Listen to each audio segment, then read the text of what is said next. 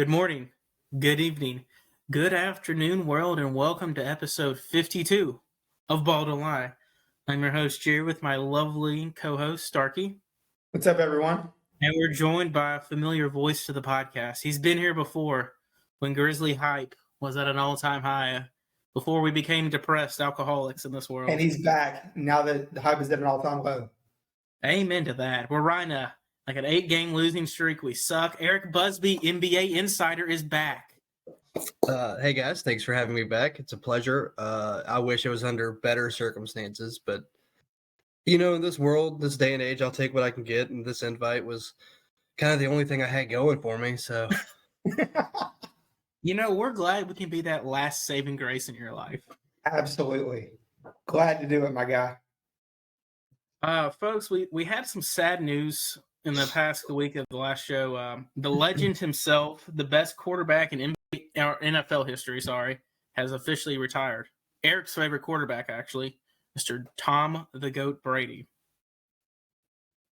Do we believe this? I've got some thoughts. Yes.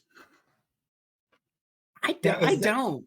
Now, is that yes as you think so, or yes wishful thinking? This seems much more final than whatever he did last year. That seemed like Schefter kind of leaked some stuff. He felt inclined to go out there and retire. This is more of like, hey, I'm officially done. And hey, anytime you get the chance to ruin your marriage and ostracize your family to come back and go 8-10, you have to do it. So. Well, Sue, when you said ruined marriage, that's the one thing I think about why he'll be back. He has nothing to go home to. Except $350 million from Fox Sports. Not yet. There's been I don't know if you guys heard this. There's been a development with that. He was talking to, I believe it was, I can't think of who it was yesterday, but he said after talking to the execs at Fox, he is now going to start his broadcast career after next season. Did y'all see the contract he was given with that? 10 years and something. I didn't see money. 10 years, like $350 million. That's more than his entire NFL contracts combined. 10 years, $375 million. Goodness. You know what pisses me off the most is they're screwing Greg Olsen out of it. Yeah. Greg Olsen is awesome at that job, by the way. Mr. Seventh floor Greg Olsen. I don't know, Erik. Do you know who? You know about the seventh floor? Yeah. Third leg Greg. Come on now. Yeah. Starkey listened to that, and I think I ruined his little virgin ears when he listened to it. I felt so bad when he texted me afterwards. I had no idea about 7th floor Greg until Jared told me. So thank you for ruining my image of Greg Olsen. I really appreciate it. 7th floor crew, come on. You can't deny, for a white boy, he's got some bars. He's got some flow for sure. They're screwing him, and it pisses me off. But how about, more importantly, the fact that y'all probably saw the fact that Tom Brady's sand from the beach in Tampa, I think, is going for over $100,000 on eBay. What was the picture he posted today? I didn't see. Did he post it on Twitter, or did he post it on I saw it on Twitter. It's just like him sitting on a bed in like a boxer briefs. Oh, the one of him in his underwear, boxer briefs. Yeah, I'm like, said like, am I doing this right? I'm like, no, you're not. It was an almost nude for sure. Whatever. Tom Brady ruined my childhood. He's trying to get in the modeling? And then he tagged Edelman and Gronk in said tweet. I don't. So I was wondering. I saw Will Compton from Bussin' with the Boys. He tweeted something about that. I was like, I love this. So I have some trivia for y'all boys about Tom Brady and some stats, since he is the greatest quarterback of NFL history. Erik, you can't deny it. Erik, what do you think his record against the Colts was?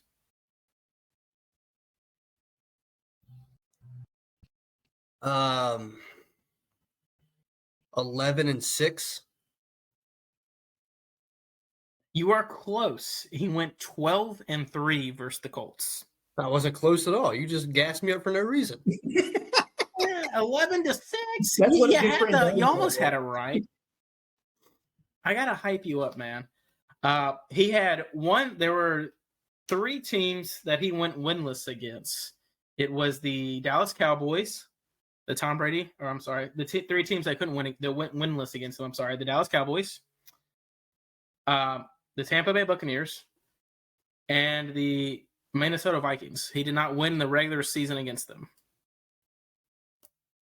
Can you repeat? So are you saying he never beat those teams in the regular season? He never beat them in the regular season. Okay. I'm sorry. Let's say we literally this just is watched wrong. Dak Never in that mind. This man's is wrong. career. I'm sorry. It was just, it's wrong. This thing is wrong. Do you know which team has the highest win total against Tom Brady? Someone from the AFC East, the Miami Dolphins. You are correct. They went 12-22 against him.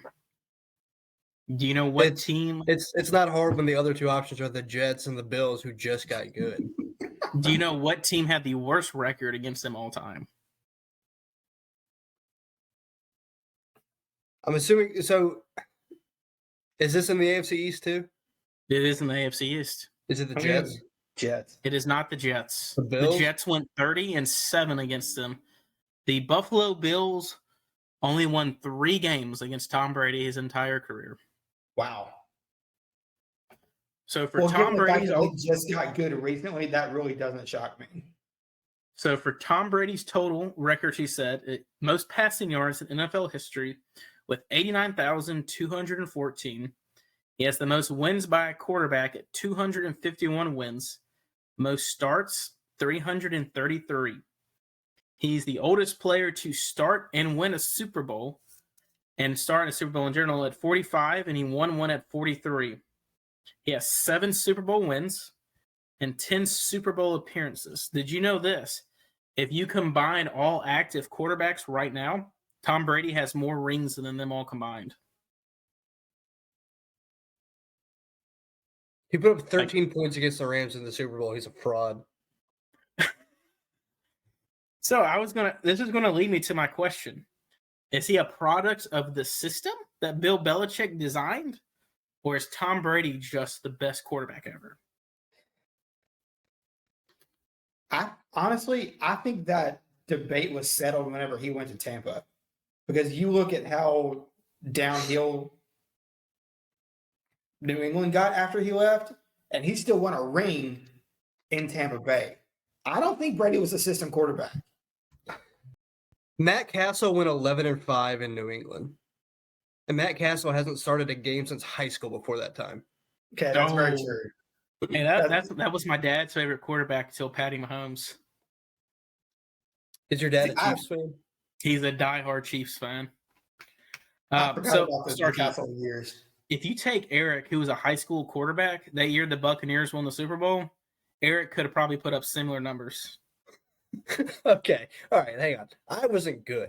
Like, there has to be a limit here. You won a state championship. I didn't play quarterback. You were listed up max preps as a quarterback. Look, I did my research. Coming on here lying to the listeners like this. We only got like 50 or to 100 listeners, maybe, if we're lucky. And probably half of them go to our church or they're from New Zealand. We are popular down under for sure. For some weird reason, people like us in Australia and New Zealand. Don't know why. But when I check the little demographics part of like where people listen to, apparently in Australia and New Zealand. How many times do you just name drop Steven Adams? Erik, you put any quarterback. No, that's true. Hey, I love Steve Aquaman. But you put any quarterback in that year with Chris Godwin, Mike Evans, Gronk, and you had a healthy, non-fat Leonard Fournette. Holy crap, anything's possible. And the Chiefs' offensive line all died. And his defense was the best defense that year in the NFL. So yeah, so you're just furthering my point. He's a fraud. Cuck rule shouldn't have counted. What else? What else was there? Hey, is Rodney Harrison a fraud? Because didn't he like destroy Peyton Manning for a while? Rodney Harrison. Yeah. I remember watching like in 2003 or 2004. Y'all played them in New England. It was like a whiteout game, and Tom Brady just destroyed Peyton Manning. Deflategate. I do want to get your opinion on this. What was, since you got a little horse in the shoe just like me, a horse in the race like me, what was a worse play? The Indianapolis Colts last play, or the trick play against the Patriots, or the Cowboys trick play against the 49ers? I mean, the Cowboys' last play literally ended the season. Like, that's what you're left with, is just the remembrance of that play. God rest his soul, Zeke Elliott did not sign up for that. But here's the thing. At least he took it like a champ, though. He took that hit. Like, the Colts was on, like, a Monday Night Football game when they were going, like, 4-12. You got poor Griff Whalen. Yeah, I mean, Griff Whalen was put in a bad spot. I think if I remember correctly, he just got activated to the roster that week, and he got put on the punt team. Griff Whalen was like great value brand Austin Collie. He was always on and off the IR with concussions. Hey, we don't talk bad on this podcast about Austin Collie. If I need to get his jersey out from behind me, I will. I didn't. If anything, I talk bad about Griff Whalen. That man is a legend and a saint. So I don't know if y'all know this, but did y'all see the petition going around for Mama Kelsey to do the coin toss? No, but I love that. Apparently, somebody made a petition, like on whatever the petition, I forgot the website everyone does. Apparently, it had over 12,000 people sign it for Mama Kelsey to do the coin toss Sunday in the Super Bowl. I am here for it, and I hope she does. That's great. You think she'd botch it? I think she can't botch it worse than old Joe McMahon, or Jim McMahon. No, what was the Joe Namath? Remember Joe Namath flipped it before they even announced the sides. If that wasn't an omen for a bad Super Bowl, I don't know what was. But yeah, Joe Namath literally flipped it before the guy even got all the teams out there. I just picture her being like I have no idea what Mama Kelsey looks like, how old she is, anything like that. I just picture her being like the old woman from the Titanic when she throws the diamond back in the water. She's like, oh. You leave Mama Kelsey alone. They actually had her on our podcast this week. She just looks like a regular old Midwestern mama. I think her name is Donna, actually, of all names. That's a Midwestern mama name right there. Honestly, if you look up Mama Kelsey, she will literally fit all your description of a Midwestern mom. That is her to a T. Does anyone have a hot take? So some betting things have already come out. I looked them up last night. Over under on Chris Stapleton to sing the national anthem in 2.5 minutes. I was thinking about. I was thinking about that prop bet the other day because I know that's always one of the big ones. I'm going to go under. I didn't know what the line was. I'm going to go under that 2.5. I think I'm going to go under 2. I'm taking the over. We're going to hold this true. Is the coin toss going to be heads or tails, fellas? No, there's one side that never fails. It's tails. I was always a tails guy when I was the captain. Now the real question, the one that's going to win you the most money. What is the Gatorade color? Orange all day. Orange. I'm taking orange. So I did some research. The Eagles have apparently it's been leaked, just like the NFL script has been leaked, that the Eagles are going to have yellow in their Gatorade already to try to replicate the 2017 success. Also, did you see the stat? The team since 2014 that has lost the coin toss has won the Super Bowl. The team that's lost the coin toss has lost the Super Bowl. Every single losing team that. I think that's flipped, ain't it? No, it's the losing team of the coin toss has always lost the Super Bowl, from what I read. I could be wrong. But if I remember correctly, it said the losing team of the Super Bowl has lost the coin toss. So there's going to be a lot of live betting going on. Yeah. I may be wrong, but I'm pretty. Yeah. Since the start of the 2014 season, every team that has won the coin toss in the Super Bowl has ended up losing the game. My bad. I'm not. I don't have my A game on tonight, folks. I'm sorry. That's why we have you here, Eric. So before we move to the NBA, what we're really going to talk about tonight, what are y'all predictions for the Super Bowl? And give me an MVP if you want to. I'm taking Chiefs and Travis Kelce as the MVP. I think this is going to be a really good game. I think it may be closer than people think it will be. But give me Kansas City Mahomes. I will be the devil's advocate here. I will take the Eagles. I hope I'm wrong. And I will take. Let's go with Miles Sanders, a Super Bowl MVP. Ooh. Just a rushing attack. That's like, actually, that's what a lot of people think they're going to do to win the game. It's just run the ball down Casey's throat. So, I can't wait for it. Let's jump to the heart and soul, but we have an ad read. Yeah, we do. Starkey, we've been saying this over and over again. Eric probably knows where we're going with this. For literally a year now. This is our year anniversary episode. We've been saying this for almost a year. And yet we've driven up no business for Mitch. It's amazing he's willing to stick with us after this year. But folks, Mitchell James of Porch to Patio Home Inspecting, use him for all your home inspecting needs, whether you're buying or getting ready to sell your home. Eric, he's even licensed in Tennessee, so if you ever buy a home in Nashville, he's got you. Just use code BDL. Just use code BDL15 for a 15% discount. Let's jump to it, boys. We had our first shock. Oh, go ahead and say it. Sorry. Like the Grizzlies call Ja, y'all call Mitch. Ja's actually calling his posse right now, so I don't know if we're really calling Ja. You're going to get canceled. Hey, man. Ja's laser focused, all right? Who was it a couple years ago that said posse and they tried to cancel him over it? I don't remember. Who was? I can't remember. It was an old coach, I think. Was it Phil Jackson? Was it Van Gundy? I think it was Phil Jackson. That'd be something. Worst case, that'd be something Van Gundy would say. Yeah. No, it was Phil. So, what are y'all thoughts of that? We had our first shocking trade. I was shocked. I'm pretty sure that you two were shocked as well. But Kyrie to the Mavs. Yep. What are for Spencer Dinwiddie, sorry, Dorius Finley-Smith, and a first rounder. Hey, do you want to try those names again? It's been a long day, man.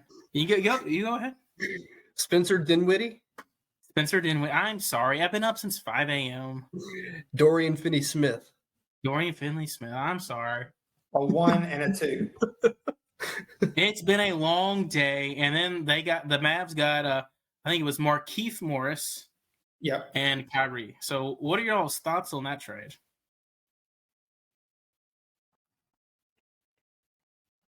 Weirdly enough, I think the Nets may have come out a little bit better than the Mavs did. Oh, I 100% believe they did. They got a first rounder out of this. Yeah. Well, whereas I was devil's advocate earlier, allow me to cross that line this time. I'm on y'all's side. I like the thing that made the Mavs good was being able to slow it down, let Luka cook, and then on the other side they had just wingspan for days to guard everyone. And then they traded Spencer Dinwiddie, who's like 6'6", 225, and Dorian Finney-Smith, and they might have been their two best perimeter defenders, and got Kyrie in the process. Like, all right, cool, like sick. You got a guy that can dribble. Yeah. I think at most I feel bad for Luka out of all of this. Luka doesn't know what he's about to get his little Slovenian heart into. Did y'all please tell me y'all saw all the Kyrie stuff coming out today? He had his first media availability today where he was like, they never talk about how hard I work. They only talk about me off the court. I'm like, well, you keep doing dumb stuff off the court, dude. I don't know what to tell you. What you do off the court is louder than what you've been doing on the court. So to answer your question, Jared, no, I don't think a team got better by trading for a guy that has successfully ruined every other team he's been on. Here's the thing that I don't understand is you don't know what Kyrie you're gonna get. Are you gonna get Kyrie that's glued in? Or are you gonna get Kyrie that wants to play maybe every other day? Because you don't know with him. He's the one guy you literally. If people thought Dennis Rodman was crazy, Kyrie's honestly worse than that. At least Dennis Rodman wanted to play basketball. Yeah, it raises their ceiling, and if he wants to be there, then great, because we've seen him make big shots in the finals before. But odds are in 3 weeks he's going to pick up a book about the JFK assassination and go off and do some touring of downtown Dallas and not come back. We have no idea what's going to happen. I had never thought about that until just now, but that 100% would track now that he's actually in Dallas. Well done. He's crazy. I heard them talking on the radio, and then someone said, what if Kyrie gets there and he realizes Mark Cuban's not actually Cuban? He's going to freak out then. That's a good one. Isn't Mark Cuban Jewish? I think he is. Is that weird with the whole Kyrie anti-Semite stuff? I feel like Mark Cuban is the guy that doesn't. Yeah, he is Jewish. That's awkward. That's gonna go great when he walks in reading his little Hitler book and talking in team. Yikes! So listen to Kyrie's career path. Since in 2013, when there were speculations that he may want to leave after his contract is up, he said, "I'm not leaving with the Cavs no matter what." Back in 2013, I'm here to stay.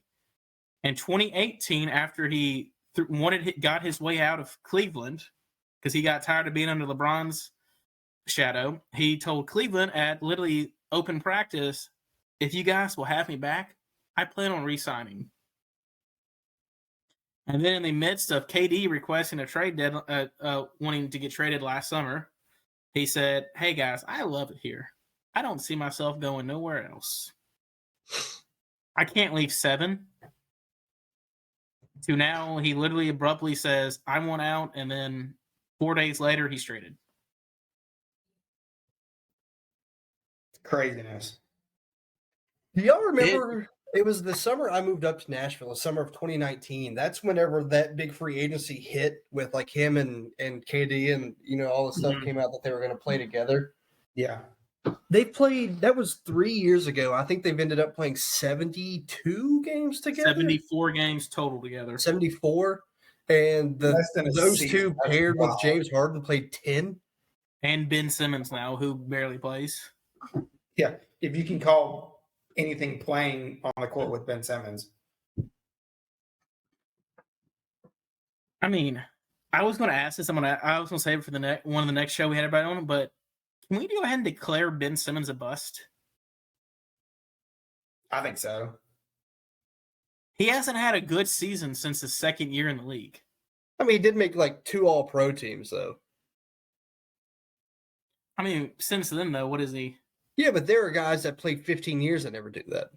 True, but I mean, with all the hype and the baggage he is around him, I think you got to throw him in the bust category. He got traded for James Harden.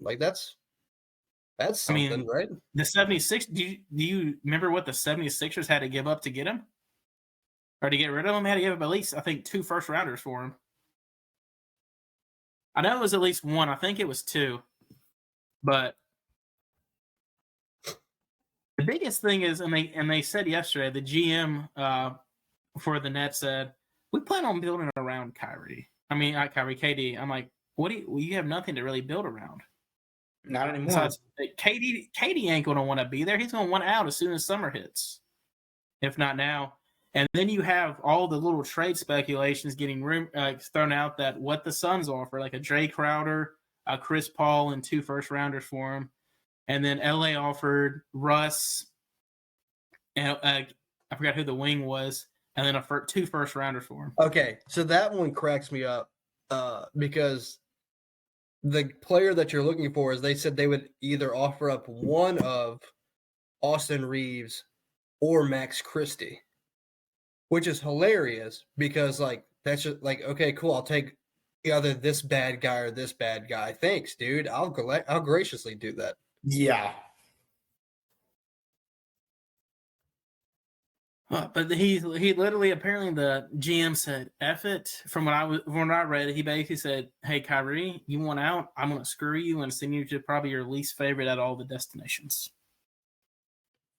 Yeah, Josiah specifically said like you're not going to LA. And then you got I was reading the Clippers were literally involving Luke Kennard, John Wall, and 2 to 3 first round picks for him, and the Nets GM still said no. He said, "Yeah, you ain't going that way." Let's jump into the Grizzlies. What started off a month ago, we're getting ready to go party on Beale Street this June. Yeah. When we were bringing home the NBA championship. And now we have lost 8 out of our past 9. This has been very depressing for us. If people didn't know any better, as sad as we've gotten, you would think we were trying to get victory. You know what the funny thing is, I keep trying to tell myself, is we still have a 2.5 game lead over the Kings. That's so sad. Like the West is so bad. Yeah. Because the Grizzlies just like, not only are they not good right now, I don't know how you guys feel, they're also just not fun to watch or follow currently. It's depressing. Yeah, it is. Like even like social media is so sad right now. I'm like, I like every time I see something about the Grizzlies, I'm like, I don't want to see this. And then you look at the standings, you're like, well, shoot, we're right there. So, but I don't know if we can say the West is bad, because right now against the West, we're 15-16. We have a losing record against our own division, and Ja literally has said numerous times, there's no team to worry about in the West.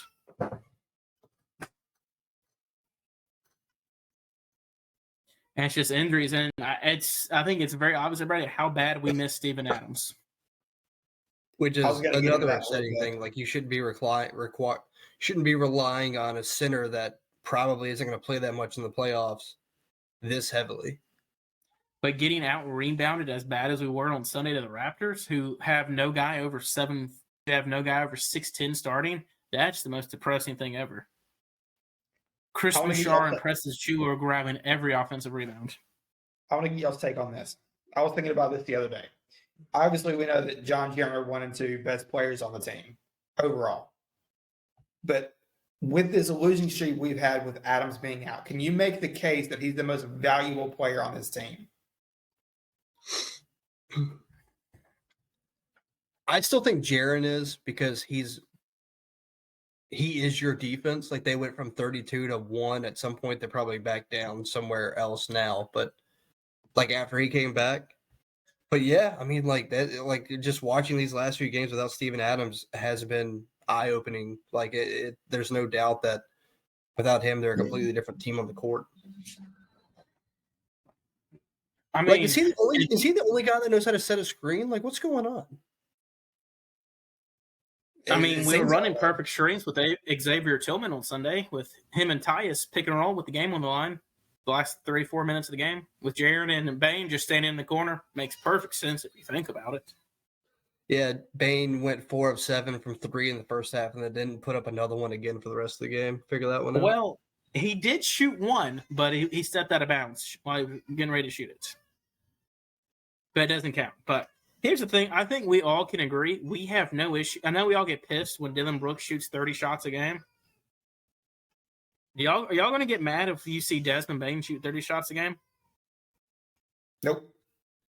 I'm the same way with Jaren. Let Jaren shoot 30 shots a game. I don't. Especially if there's no one down low. Like, they don't pass him the ball. And here's the thing. There is maybe 2 or 3 teams in the NBA that can guard Jaren. Maybe if the Lakers are healthy, they can put Anthony Davis on him. AD on him, yep. And then Giannis. Yep. And then that's maybe it. He's a mismatch nightmare. And I don't know why, in God's name, we aren't giving him at least 30 touches in the paint every. Like, why are we not running through him every possession at some point? No idea. Look, you know that I have been the biggest Jaren believer for a while. This has only furthered my Jaren agenda. Like, I don't understand why they just never pass him the ball. They traded away the one guy that always passed him the ball, and Kyle Anderson. So that was leading to my next segment. How bad are we missing Kyle Anderson and D'Anthony Melton? Or regular season D'Anthony Melton? I mean, probably a little bit. I don't think it's this egregious. Like, they shouldn't lose 8 of 9. Yeah. No, there's no way we should be losing this. And y'all remember the last time we were doing this bad? This like worst losing streak? Ja's rookie year. And It's the last like time we were losing this many games in a row. So I saw we're the second best third quarter team in the league and the second worst fourth quarter team in the league. And so Jenkins has been using that as an excuse of we haven't had enough time to practice. Our issue is we don't get up and run in the fourth quarter. That's our issue. Teams are slowing the ball down even more, or we try to get little possession, like get a little too conservative. That's our issue. Sometimes we get too like look at Sunday. Like Desmond Bain, when he missed that second layup, he got the ball cutting the basket with 4 seconds left because Santi was getting like double and triple team. We have no facilitators besides Ja. Desmond, when he gets face guarded, he's done. And I mean, if Jaren, he's not in foul trouble, we're relying on him. But how often can we say that? Yeah. I think here's the take. I think Jaren may be the first guy to ever foul out in the All-Star game. No. But if someone were to do it, it would be Jaren. I mean, I love Tripp to death. By the way, shout out for Jaren for being an all-star, by the way. Yes. Oh, yeah, absolutely. I mean, I woke my kid up yelling because I was so happy the other day when it happened. Oh, so I was in the kitchen cooking dinner, and I was keeping up with it on my phone, but the news hadn't broken yet. Jared called me in an absolute panic. But like a good kid. And I was like, what is going on? And he was like, Jaren made the All-Star team. Jaren made the All-Star team. I'm like, oh, I appreciate you letting me know. I was like, that's awesome. But I was like, I've never heard somebody be that excited over an All-Star bid. Yeah, Jaren was the first person that texted me too. I let my people know. I was so happy. Then I called my dad. He was happy too. So I think I may be the only one out of all of us that agree with this. I think I am. But do y'all want Ja and Jaren to be on separate teams so we can have? Oh, yeah. I want both sides to just clear out. I want Ja to try to dunk on Jaren so bad because I think Jaren will win. But then you have the added Ja just wouldn't shut up about it for a month and a half. Yeah. So let's get into the whole Ja running his mouth thing because this is not stopping.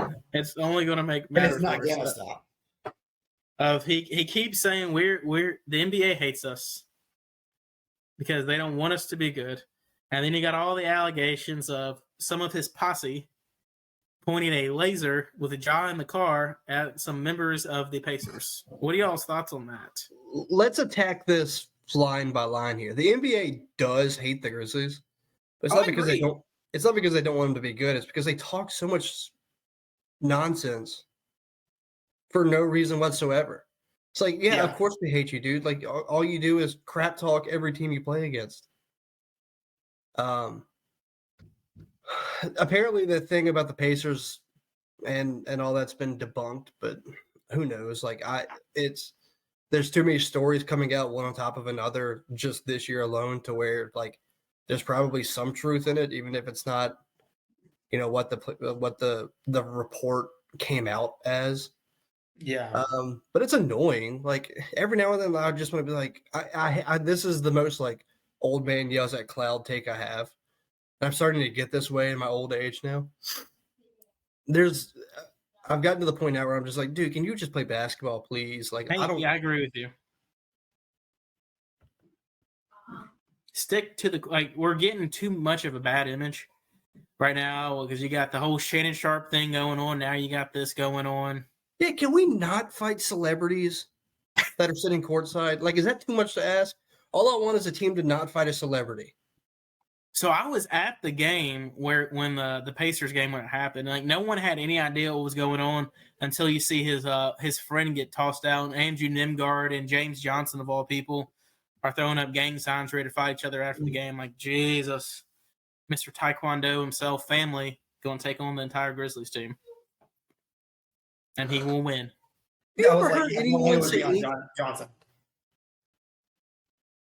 Yeah, I wouldn't want to fight James Johnson. No. Have y'all ever heard anyone say anything negative about Andrew Nimhard? Do you know anything about Andrew Nimhard? I know he went to Arizona. He didn't. He went to Gonzaga, didn't he? Ooh, no. Oh, you are right. Yeah, he went to Gonzaga. Never mind. I was thinking Benedict Mathurin.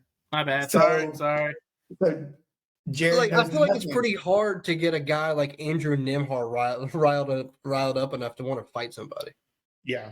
He's Canadian. Like, what are we going to do? Then again, Dylan's Canadian. He's a madman. Brooks. Yeah. Yes, Dylan has clearly embraced the role. So I want to get to that in a second. So the trade deadline is 2 days away. Before we get into some scenarios, I want to hear y'all. Do we prioritize the future, or do we win right now while the West is injured and down right now? Win mode. I think we all agree for right now. I think you can do both because your three core guys, you have you have Ja locked up, you have Jaren locked up, and you're gonna have Bane locked up. So you can prioritize now and look ahead. Like, that's not that hard to do. So who are your untouchables right now, Erik? Those three. Nobody. Are we done with Z? I don't know if he was ever untouchable to begin with, but the stock has definitely dropped. And y'all know how I feel about Zaire Williams, so get that dude on one ticket somewhere. Hustle Z, as we call him now. And that's telling to me. He's got to get the rust shaken off. Come on now.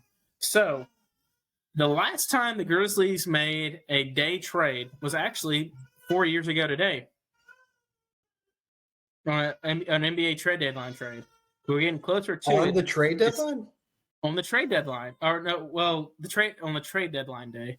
The last time we made a trade on the trade deadline was 2019. We traded Marc Gasol to the Raptors.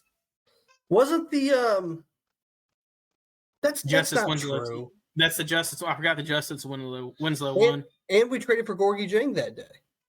No. Yes, we did. Sorry, my kid's yelling bloody murder next to me. It's been a chaotic, folks. I'm sorry. Tonight sucks. I know last year we didn't do anything. Last year we didn't. 2020, we traded for Bruno Caboclo for Jordan Bell.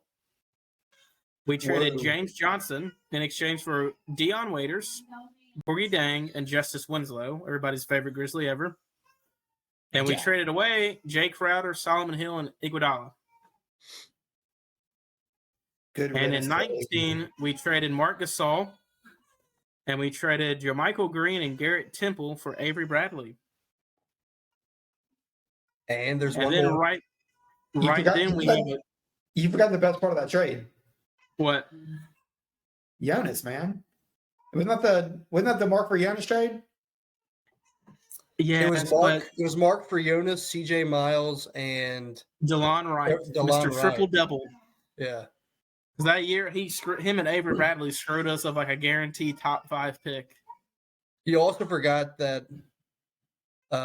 We ended up with the second overall pick. We did, but no one thought we were going to get that. You also forgot the best trade in Grizzlies history, which was just getting rid of Shelvin Mack for nothing. No, the best trade in Grizzlies history, guys, was when we traded Jeff Green.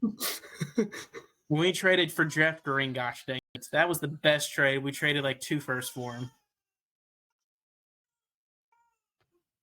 Best trade in NBA history.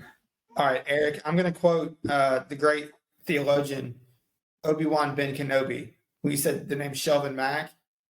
That's a name I've not heard in a long time. And you don't want to, brother. Let me tell you. But do you remember why he was here that year? He was actually That guy gave us all. stinks. He gave us flashes of he was a great backup point guard. He for gave us like, flashes of wanting me to drink myself to death. So, and if we go back to the 2010 season, we traded for Shane Battier. We gave DeMar DeRozan, DeMar Carroll, and a 2013 first rounder. And then if you go back one more year, we traded for Ronnie Brewer, what could have been a great NBA trade if he didn't tear his hamstring. You just say that because he went to Arkansas? No, Ronnie Brewer was actually a great wing defender. You know what I remember most about Ronnie Brewer? He threw passes shooting? at somebody in the dunk contest. I mean, I thought you were going to say his shooting because he had like this weird shooting style because he couldn't bend his elbow. So, guys, I've asked all y'all this. Let's get some trades going. I have one. I want to run it by y'all. Then I'm going to let you two take over. Let me know if you love it. If you hate it, I'm here for it. Well, I'll go ahead and tell you I have none, so I'm just going to judge vehemently. That's fine. Oh, you give me the judge. I'm here for it. So, I've been doing some research, and I've been told this is a trade we are looking to make. I got to pull it up on my phone. I'm sorry. Because apparently I've been reading that we are going to make a massive trade this year, and we're going to go in win now mode, which I am all for. Yes. So, this trade involves... Sorry, I got to find it. It involves us getting Alex Caruso, OG Anunoby, and Gary Trent Jr. All three of them? Are we giving up All like three 7 of them. first-round picks? We give up 4. And half the team. We trade Tyus Jones and Dylan Brooks and 2 first-round draft picks to the Raptors. And Zaire goes to the Raptors as well. And we trade Danny Green and a first-rounder to the Chicago Bulls for Alex Caruso, OG Anunoby, and Gary Trent Jr. I think, okay, so you said 4 first-round picks? Yes. We give 3 to the Raptors, and we give 1 to the Bulls. So 3 for Tyus, so 3 first-round picks, Tyus, Dylan, and Zaire. For OG Anunoby and Gary Trent Jr. Okay, and then you give up 1 and Danny Green For Caruso. I'm assuming something else is going back to Chicago from Toronto. Yes, it's a player to be named later. Because there's no way that we get Caruso for that cheap. It's a player to be named. I just did a TBD player on it. So, but hey, it's a +6 win total. Well, yeah, I mean you get 3 really good players back. I would do that. Yeah, I would do that probably. I love Tyus. That would be the hardest thing for me to let go. I have a fundamental issue with trading 3 first-round picks for OG Anunoby because I don't think he's worth 3 first-round picks. But if you throw in Gary Trent, like, yeah, awesome, cool. He can shoot you out. He can shoot you into some games. He is an upcoming free agent, which would kind of suck, but I guess you deal with that later. Win now. I definitely put you in the win now mode. Okay, Starkey, the people are ready for it. Let's hear it. All right. So, my first one is just 2-team trade. All right. Most of these are going to be 2 teams. I think at the end I do have a 1 3-team trade. So the Grizzlies give up Danny Green, Zaire, and 2 1s for OG Anunoby. I love that. Okay. Yeah, let's call That's it a good in. one. That's a great one. All right. You guys ready for the next one? Yes. All right. The Grizzlies give up Danny Green, Jake Arabia, and a 1 for Malik Beasley. Oh, sign me the hell up. I love Jake, but I guess, we got to do it. I've been reading more that It's going to take a lot to get Malik Beasley, but keep on Yeah. going. I love this. So, okay, so with that trade, what do you think the win differential would be for that trade? This is on John Hollinger's things, probably like +1 win or something stupid. Plus, According to Fanspo, both teams is actually a wash win-wise. Yeah. No plus no wins. I love the Hollinger, the trade machine thing on ESPN because it's like you can give the Grizzlies Giannis and then you trade away all your bad contracts. They're just like, all right, you gained 2 wins. I'm like, nah, I think Giannis is better than that. Just going out on a limb. I think the 2-time MVP probably does more for you than that. All right. So y'all ready to keep it rolling? yes. All right. Here you go, Jared. I had this one specifically in mind for you. The Grizzlies give up Dylan Brooks, and I realize it's going to take way more than this, but just go with it here. Give up Dylan Brooks and our first round pick this year Okay. to the Wizards for Mr. Kyle Kuzma. Let's go. Get Kuzma home. By the way, can we get him here with his inflatable jacket? That thing Does was a the jacket come with monstrosity. You do have to trade Dylan for him because that's just too much style on one team. Yeah. Jesus. I love it. I hope the jacket can get through customs, but let's get him here though. Probably not. Eric, what are your thoughts? I would do that in a heartbeat, but they I think they've already said they're not trading Kuzma. So They want to throw Kuzma the max. All right. This is where it gets a little interesting. Danny Green, Dylan Brooks, Zaire, and 2 1s to the Bulls for DeMar DeRozan. I'm not mad with that. I like that. I don't mean, even know if it would take that much, to be honest with you. I don't even know if you'd have to throw Zaire in there for that. Because the only reason I was looking at having to throw Zaire in there is that DeMar's not on and expiring. He has this year and next year left on his deal. Yeah. What is he? 30? 32? He's probably older than that. He was in the 2009 draft. Let's see. He is 33. I mean, I take that in a heartbeat. He solves all your issues. He's not a 3-point shooter, but he's definitely a facilitator, shot creator, and he plays good defense. I think I'd rather take but I think I would just as easily like Caruso from the Bulls than DeRozan. I could just be in the minority there though. What about Patrick Williams? You think they'd trade Patrick Williams? I think if anyone that can guard the perimeter at all. But see, we need offense. He doesn't have really that much offense. All right, go ahead, Starkey. Sorry, I got derailed there for a second. I got my own. No, you're good. That's actually a perfect segue into my next one.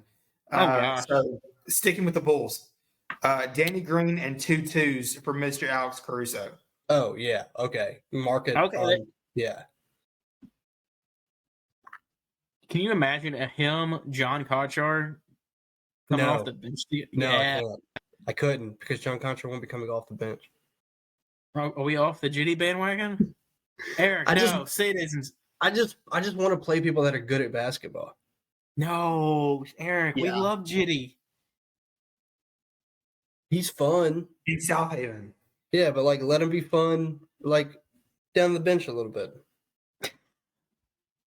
Remember, he's our 6th man per Jenkins, or he was. Anyway, go on, Starkey. All right. We got Danny Green, Zaire, and our 2nd round pick via Minnesota to the Clippers for Mr. Luke Kennard. Luke Kennard. Can you say it one more time? Danny Green and Zaire. Yeah, Danny Green, Zaire, and our 2nd round pick via Minnesota for Luke Kennard. Oh, you're making that in a heartbeat. That guy's getting so many DNPs, and he's a shooter. Yeah, but is there a reason why he's getting all those DNPs? He's not that good defensively, and he can't create his own shot. But hey, all you need is Ja. Ja will get you wide open. We've said that we get for guys, years, and yet no one on our team outside of Desmond Bain can shoot. Ja will get you wide open. We just can't make wide open threes. Jaren can't some nights. Santi can't. Dylan Brooks definitely can't. Gosh, I can't stand him. I'm gonna go down a rabbit hole. Keep on going, Starkey. All right. Hang on. Zaire's the only hang up there because trading the guy that you drafted 10th overall a year later for a guy that doesn't play for a team that desperately needs shooting is weird. But I'm not against it. Like if they made that trade, I'd be like, oh, okay, that's cool. Yeah. But like it wouldn't bother me and it wouldn't like make me happy, if that makes any sense. Okay. What was the win differential on that? That one was again just a wash. Continue.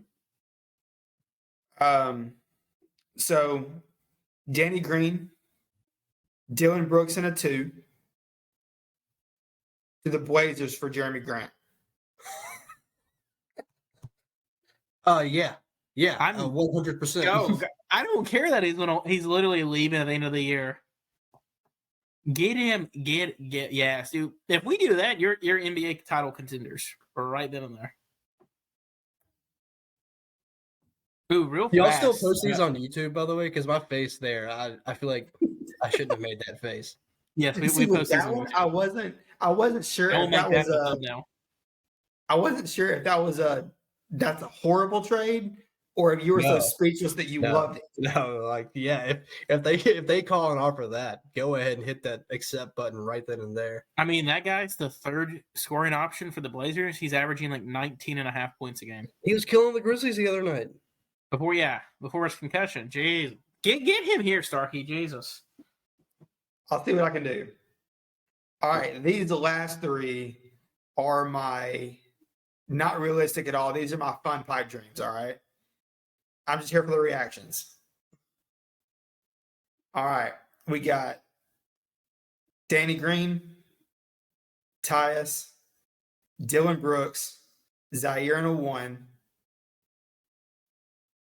to the Raptors Pascal for Pascal Siakam, Precious Achiuwa, and Malachi Flynn. It's going to take more than that. Yeah. You got there at least 3 ones, but it's going to take more picks than that. But Pascal's probably worth it. I mean, Malachi Flynn would be a great backup point guard.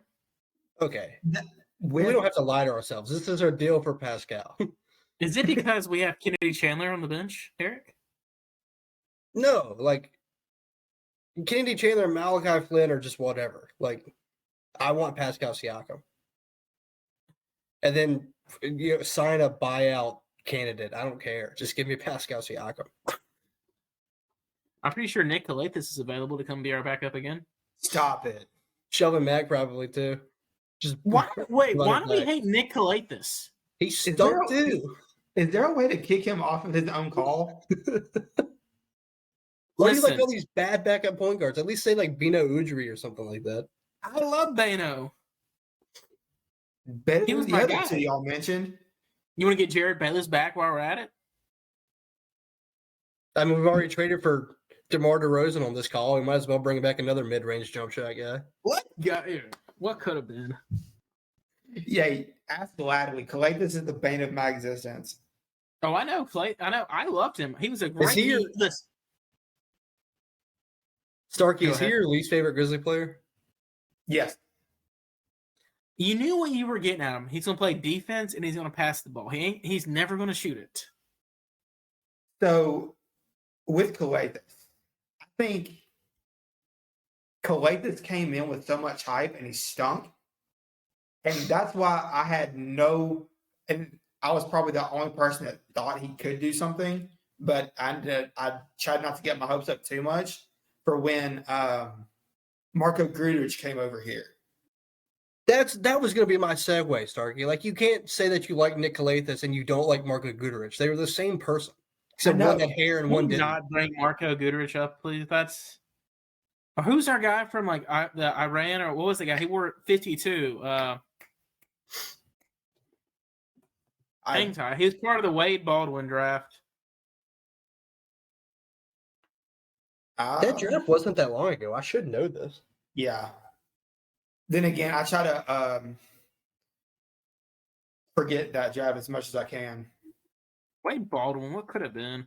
Because I was driving the Wade Baldwin hype train.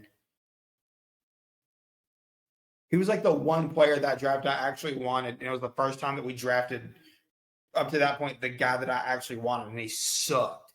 You know who went 14 picks later? DeJounte Murray. Ouch. That hurts. Could have traded three let's first-round face it, picks. we were at some dark times. I mean, I think we all booed the Jaren Jackson selection, didn't we? No. You can ask. I have this on record. This is like the one draft thing that I ever got right. I have text messages that go before that 2018 draft where like I was saying I want Jaren. Oh, you can ask Starkey. Me and him, we hated. I was ready to go. I was ready to become a Celtics fan that night. I'm not gonna lie. That 2018 draft, I nailed on the head. Like I was like, don't like Marvin Bagley stinks, and he does. Jaren, Luka, those are going to be your two guys. Trae Young's going to be fun, and he's never going to win anything. I still stand by that. DeAndre Ayton's going to put up big numbers. He's never going to win anything. Still stand by that. Mo Bamba, get him out of here. Mo Bamba. Oh, can we talk about the fight real fast? I just want to know what he said. Nobody will say, and Austin Rivers, I listened to his podcast. He's like, I'm not talking. He's like, I will not say what he said. I'm like, gosh dang it. He goes, I'm not going to repeat what. Oh, the guy's name was Wade Zorgak. He was from Serbia. Rade Zagarach. Yeah, Rade. Yeah. Yeah. You know I don't pronounce names well in the show. Yeah, can we get him back? Well, it's supposed to be the next three of the future. Yeah. Our knockdown marksman who couldn't even play during the preseason because he was so slow. He was 20-teen Santi. Then Santi got good. Real fast. Are we all on board for Santi at the 3? I don't know about that at the 3, but play him. I mean, Ja, Bane, Santi, Jaren, and Steven Adams. That's a great lineup there. I'm not mad about that lineup. I mean, the Cavs did it last year. Garland. I mean, they're trying to trade. I looked this up earlier because I thought it was blasphemous. They're trying to trade Austin Reeves for freaking Kyrie Irving. And Austin Reeves plays 29 minutes. It averages 11 points, 3 rebounds, and 2 assists per game. Santi plays 7 less minutes and averages 1 less point with more rebounds and more assists while shooting better from the field. Why don't we just go get Kyrie Irving? By the logic of all these NBA GMs out there, Austin Reeves is some god, apparently. And how about the fact Santi didn't get named to the Rising Stars? That still pisses me off. But Kenny Lofton did. Starkey, I think you got 2 more. Team Junior, y'all. He is not. Shut up. Stop. I feel like I've derailed Starkey's whole segment here. Team Junior. We're used to it. Yeah, it happens all the time, Eric. It's not just you. This is where we somehow thrive and people like us for some weird reason when we get off topic. They keep coming back and listening. We don't know why, but we're not gonna, be upset about it. Okay, Starkey, hit us with your last 2. All right. I'm waiting on the KD trade. Well, here it is. And I'm gonna preface this. One.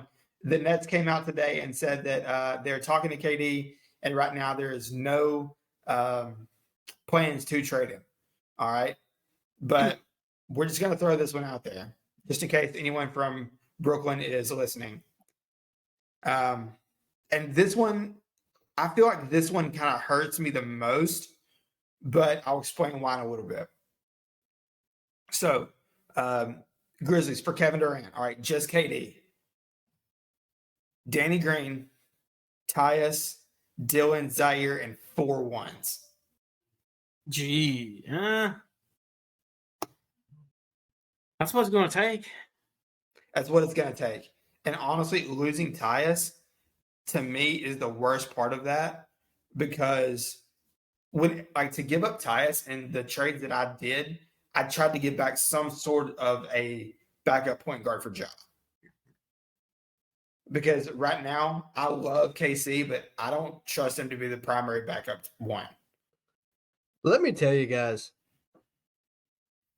I couldn't care less. I can find a backup point guard to give me 15 to 20 minutes and then just play Ja more. I'm perfectly fine with that. We got to think during the playoff time, that's when Ja's playing 38 minutes a game. Also, if Ja gets hurt, just let KD run the point. What do I care? At that point, the season's probably going to be a wash anyway. I think if you get KD, because right now I was reading, we apparently sports bets had some listed teams. We're back in the top 5 to get them just because of our draft picks. We have Starkey, 5 first. Can you read off those names again one by one? Yeah. Danny Green. Don't care. Tyus Jones. Don't care. Dylan Brooks. Don't care. Zaire Williams. Yep, let's do it. And 4 first. And 4 ones. Okay. Cool. I got Kevin Durant. You're anyone I'm drafting in those 4 picks is going to be better than Kevin Durant? No. Especially if we keep winning and our seasons keep going, all these ones are going to be in the low 20s, 30s anyway. Yeah. The only problem is that with the NBA, what is it, the step-in rule where you can't trade in consecutive years? Yeah. So it'd be your 2024, 2026. That's what the Mavs are doing. The only first rounder they have right now is the 2027. Yeah. Yeah. So you run the risk of that pick being valuable later, like what we did with the Jeff Green Boston trade. Mm-hmm. But if you win a championship, who cares? Exactly. So the way that these picks right here worked out, because we have Golden State's pick next year, first round pick next year, we traded our first this year, our 1 next year. And since we have Golden State's, that doesn't count with that stepping. Our 1 in 25 and our 1 in 27. I love it. What's the win differential on that? Weirdly enough, 0, and I don't know how. I'm just like his statement on the Giannis trade. You trade up your whole bench and get 2 wins. Yeah, it makes no sense. Okay, what's the final trade? I'm ready for it. This one better be enticing. Here's my let's get weird trade. All right, now I'm expecting laughs out of both of y'all, all right? 3-team trade. Okay. Grizz, Lakers, Jazz.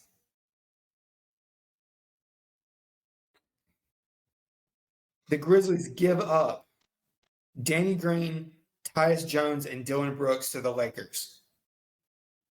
Okay. From the Lakers, we get back Austin Reeves, but I'm not done yet. Greatest player of all time. The Jazz receive Russ Westbrook and 2 ones from the Lakers. And from the Jazz, the Grizzlies get back Malik Beasley, and we get back Mike Conley to be Ja's backup.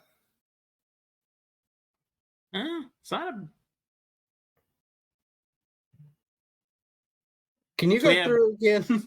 Yeah. Okay. So team by team, the Grizzlies I'm a visual learner. Yeah, I need to post these online. So the Grizzlies get Mike Conley, Malik Beasley, and Austin Reeves, and the Reeves was just to make the money work. The Lakers get Danny Green, Tyus Jones, and Dylan Brooks. The Jazz get Russ Westbrook and 2 first-round picks from the Lakers. I think the Lakers are trading 2 first-round picks for Danny Green, Dylan Brooks, and somebody else. No, I think they're doing that just to get rid of Westbrook. Yeah, they're going to have to give at least. They're going to have to get bought out either way. 2 ones just to get off Westbrook's contract. What do you think they would take to get Jared Vanderbilt? I almost did a Vanderbilt trade today, but I decided against it. I can do one off the air and send it to you guys and get y'all's thoughts. I don't know if I want. I like Jared Vanderbilt as a player, but I don't know if I want him on our team. It's interesting. Expound on that, please. Because you already got a BC, undersized big man who can't shoot, and Tillman, undersized big man who can't shoot. And you got Steven Adams, big man who can't shoot. We need floor spacing. We have none with those three. Yeah, but you also need athleticism, and he's more athletic than Steven Adams and Xavier Tillman. True. He also killed you in the playoffs last year. He did. No, he definitely did. Before we end the show, can I get everyone's thought on Dylan Brooks? Is he a cancer to this team? Come on, Erica. I know at one point, Dylan Brooks. I know at one point we all were in probably the same unison. Hey, when we were there in this 11-game winning streak, we're like, okay, if we keep Dylan Brooks, it's time to extend him if he's just going to bide in the fourth role. And now he's wanting to be the main man again. Cancer is so hard to say because it's so mean. But if you look at his stats, no other player has the worst offensive rating in the NBA besides him. Yeah, no one shoots a lower percentage while taking more shots than he does. He has the lowest offensive rating. And if you think about it, his defense isn't that good. He's going to want his defense is pretty good. He did get torched by the freaking Trailblazers the other night. But if you think about it, when Jaren was out, our defense was 30th. And DB's defense isn't the best anymore.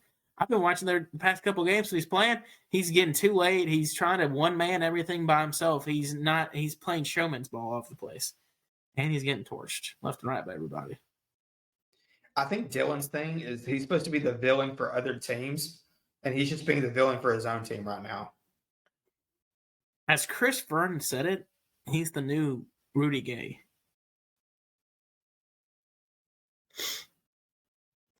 I can get around that. I loved Rudy as a person, but Rudy was the cancer to the team during that 11-12 year and 13 year.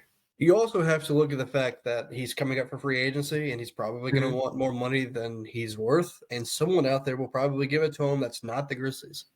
So if I remember correctly, reading about a month ago, he's due for he can make up to $15 million a year if the Grizzlies resign him. I think someone would give him like 18 just to be like an energy defensive guy. Mm-hmm. So should we move on from Dylan, or should we try to win with him now? I'm not opposed. I like if the right deal comes along, absolutely throw him in there. I'm just as tired as watching Dylan Brooks as everyone, but like you're not going to give him up for like I don't know, pick a random backup shooting guard. Yeah, I mean, you're going to have to give up a lot to get a good play. He's not a even trade for him and OG Anunoby, but you have to give up more to get OG. But I just think it's time. I don't think really getting rid of Dylan Brooks is going to fix everything, because if you look at it, like what you said earlier, we're one of the worst fourth quarter teams in the NBA right now. Yep. We need more veteran leadership. That's what we really need. Yeah. And I don't really think Danny Green's the answer to it, but I don't know. Jaren has 9 points and 4 blocks in the first quarter, by the way. Are we stat padding him, by the way? Or what do you mean? Remember the Grizzlies got accused of padding Jaren's stats? No, these are legit like swatted into the third row, so can I just say, holy dude, it's just so fun to watch him play. Oh, it's fantastic. Like, I love watching Jaren. When Jaren's got his head glued on, in my opinion, he's the best player on the court. We didn't even talk about All-Star stuff. Y'all think Ja's going to start now that Curry's out? Or do y'all think Shea will start? I think they give it to Ja. So answer me this. Who's going to take Steph's spot and Zion's spot? Yeah, well, it's easy. It's probably going to be – wait, no, he's listed as a front court guy, isn't he? Mm-hmm. It's probably going to be De'Aaron Fox for Steph's spot. Oh, my gosh. I was hoping Anthony Edwards would be listed as a forward, but he's not. They got him listed at he should be, because he is a forward.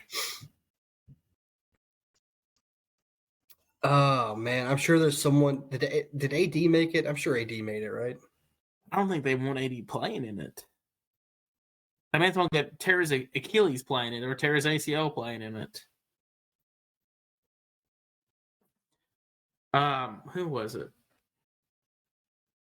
I've seen more people saying Wiggins should get it again. Before I'm reading No. online. Wiggins I know played there like was- 12 games this year. I know there was talk of Sabonis stepping into that starting role. As he should.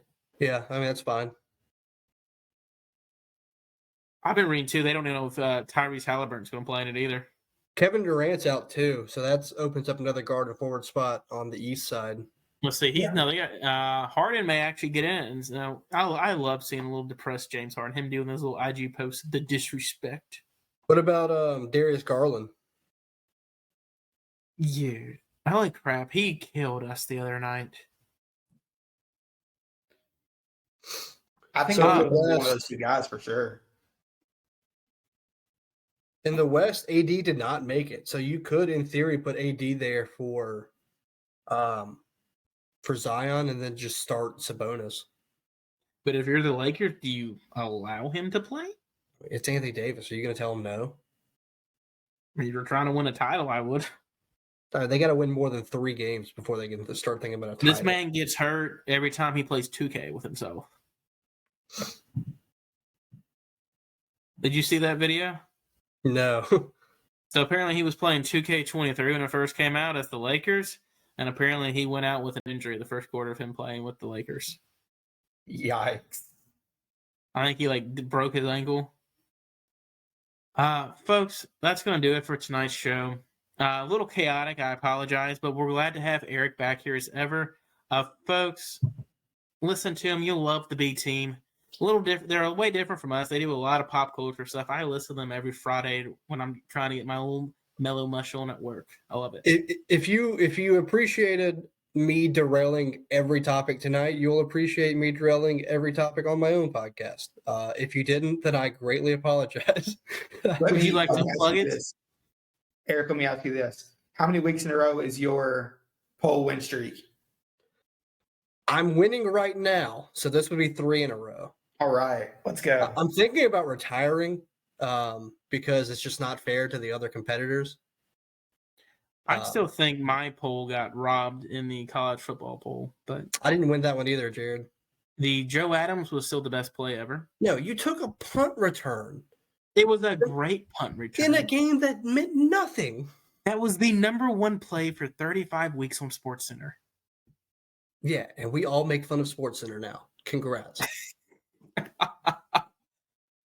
Folks, listen to the B Team they post every Wednesday night, Thursday morning. So listen to them on Spotify. You're on Apple Podcast, Apple, yeah.